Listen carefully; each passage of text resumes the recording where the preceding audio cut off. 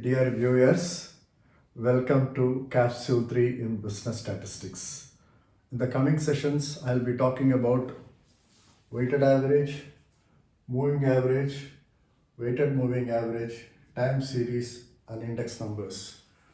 These are all very useful in our business environment and we can directly use them to our advantage.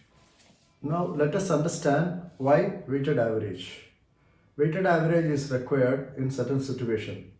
For example, if you take the marks, there is something related to the marks in specific subjects.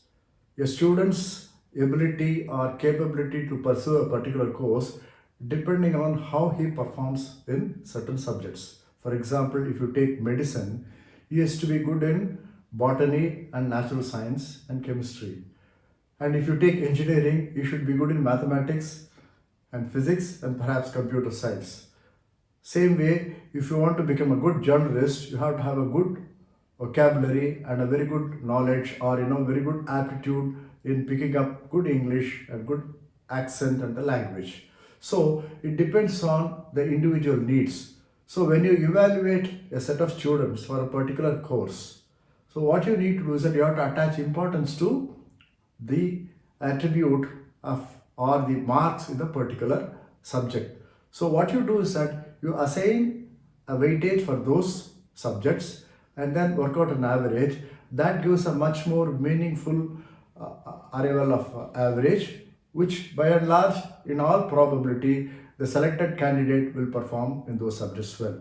So that is why you need weighted average, and weighted average is a very useful proposition in averaging the variables depending on the situation. And calculation of weighted average is very simple. Suppose you have three variables x1, x2 and x3, and if you attach a weightage w1, w2 and w3, the weighted average is w1 x1 plus w2 x2 plus w3 x3 by w1 plus w2 plus w3. Rather, the denominator is the sum of all weightages.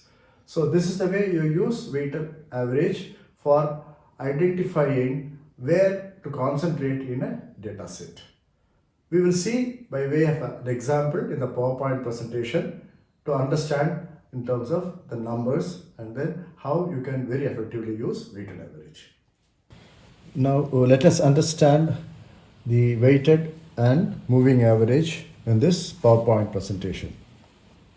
Simple average considers all data elements in a data set with equal importance, but this need not necessarily be true if there is an error in collecting the data or the frequent occurrence of a particular data value is not accurately considered. Okay, and also many times we need to understand where exactly the mean is around with some idea, and more importantly, the variables do have certain attributes.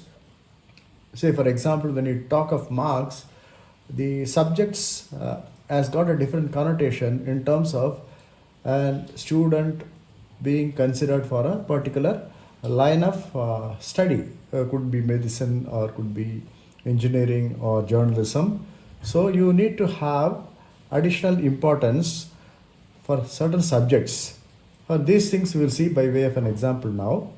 And also another aspect is when outlier values cannot be eliminated, you have to consider all the data elements. So what you do is that you assign appropriate weightages for these data elements and then arrive at a mean. And such means makes a lot more sense and lot more meaningful while taking decision. Now this is a very good example where a program manager of TV media wants to recruit a newsreader. So his main idea is to ensure that his English is good, his vocabulary is good, he has a fluent talking in English. So these are all his consideration. At the same time, he wants to ensure that his overall performance is also good. So he has kept a target of 70 as the overall performance. So he goes to an institution and then try to pick up a suitable candidate. The principal of the college offers 3 students with the marks as shown here. Okay. Now you can see the marks of these three students in these subjects, automatically based on the criterion what is kept as 70%, candidate A is an automatic choice. Okay, obviously candidate B and C, they fall short a little bit of 70%, but since he is considered more about a good English vocabulary and also an aptitude in mathematics, so he assigns weights. So now let us see if he assigns weights like this, a weightage of 5 for English and 3 for mathematics and 1 for science. Now let us see how the scenario appears now. I have already explained to you how to calculate the weighted average, which is just W1 x1 plus W2 x2 plus W3 x3 by W1 plus W2 plus W3, which is the summation of the weightages. Now when you do that, you will find the students B, 5 into 78 is 390, 3 into 58 is 174, 1 into 70 is 70. Adding up all these things and dividing by the weightage, you get 70.4%. And by this process, you will find both B as well as C, they also get qualified on the overall criterion of 70%.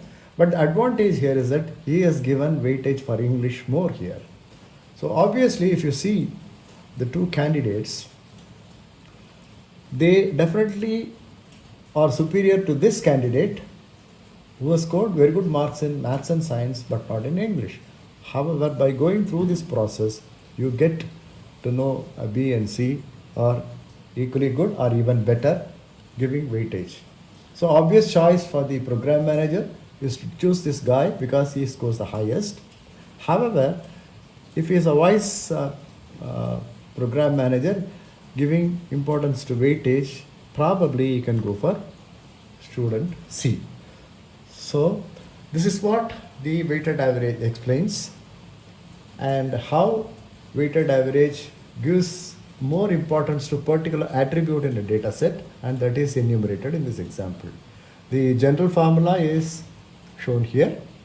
That is, if you have more than quite a number of data points and then the weightages. In fact, you will also find that we have calculated the frequency distribution using frequency distribution, the mean, which is f1 x1 plus f2 x2 plus f3 x3 or so on and so forth, divided by all the frequencies. So the frequency distribution mean is a weighted mean. Okay, and let us also understand the weightages in different scenarios. Suppose you wanted to evaluate business schools eligibility criteria. They keep several